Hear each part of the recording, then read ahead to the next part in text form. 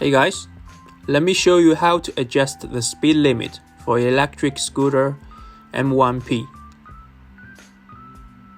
Step 1.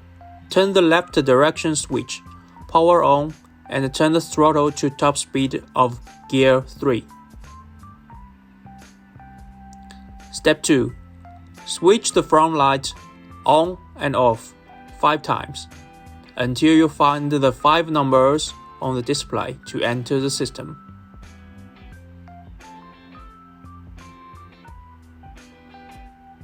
Step 3. Switch the left direction switch on and off several times to lower the speed.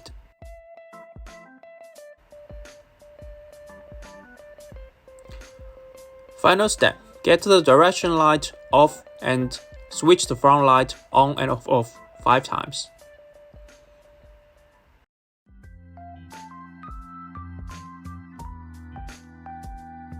And now you power off and the new speed limit has successfully settled.